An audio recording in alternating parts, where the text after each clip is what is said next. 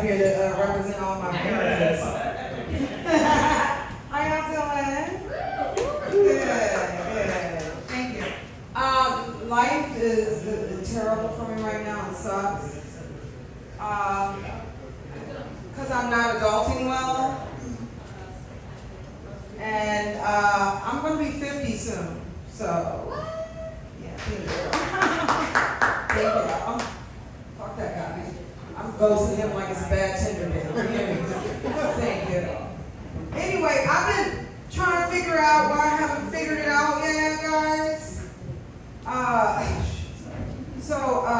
gonna be real honest with y'all about myself. So y'all roll for this rant here.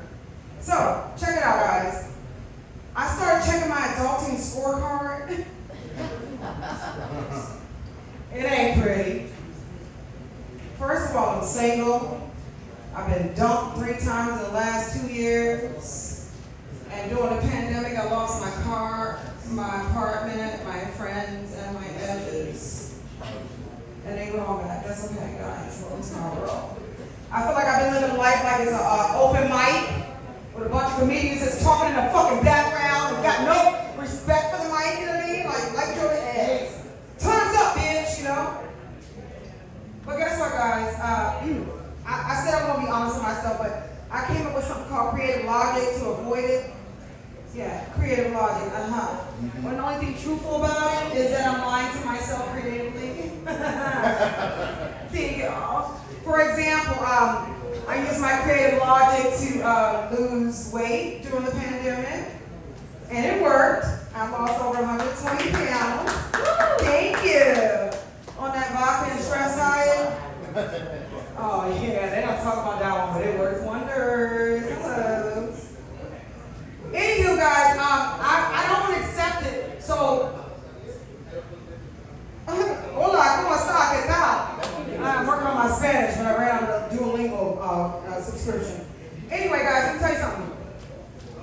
I thought things were bad, but then my therapist ghosted me. Yo, I said, baby, bitch, you is the problem. You might be the problem. No. I couldn't accept that, so I had to put the blame where it belongs. Shift it back to my mama, because I know I ain't here by myself. Okay, all right.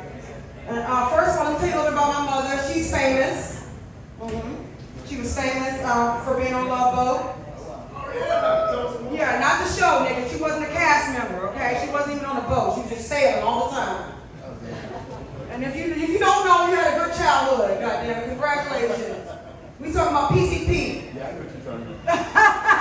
I know what you're talking about. Anyway, guys, I think my mom was using her own creative logic because instead of hiring a babysitter, she would mix me and my brothers up a nice cocktail of NyQuil and Dramamine. Oh, shit. I miss that babysitter. Woo-wee. Anywho, this is what my mom would do. Okay, welcome to Mama Trauma Chronicles. Okay, first episode. This is what my mama would do. She'd get high home, give us a little babysitter cocktail, and then she would go to a neighborhood party and get higher, and then brag about all the shit she had in her crib. So this one day, me and my brothers, we all sleepy and droopy, watching cartoons and shit, and this big burly motherfucker comes to the window and says, "Hey, your mama told me to come get the VCR and the TV so we can watch movies around the corner." I love that you laugh, because you already know we was getting robbed, like motherfucker. I was 4 years old, motherfucker. You hear me? So I was like, sounds right to me. Don't forget the remote, motherfucker. Anywho, it happened so often, I became like the burglary concierge. When they would come to the window or the door or the garage. And I'd be like, hey, listen, the TV's on the right, the VCR's on the left. Don't fuck with my Frosted Flakes or my toys, okay? All right, so let me tell you about another wonderful memory about my mama, because I told you this is where the blame goes. So I was a very curious kid, and I would, just be into shit. Just nosy, want to know what the adults are doing. So this one time I snuck downstairs, and some of y'all not old enough to know this, but they used to have little keyholes you could peek through and shit. So I decided to sneak down the steps and peek through the hole. And y'all will never believe what I fucking saw my mama doing. Oh, I like that big attention. She's like here with me. You wouldn't dare think, right?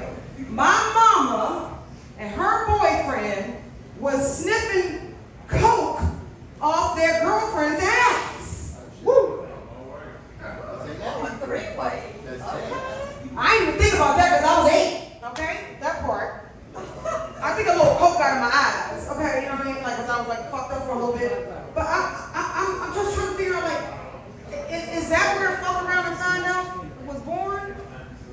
I think so. All right, he gave me like, all right, guys, I'm DC Brands. Thank you so much. Take care. That for like 2 seconds. I swear to God.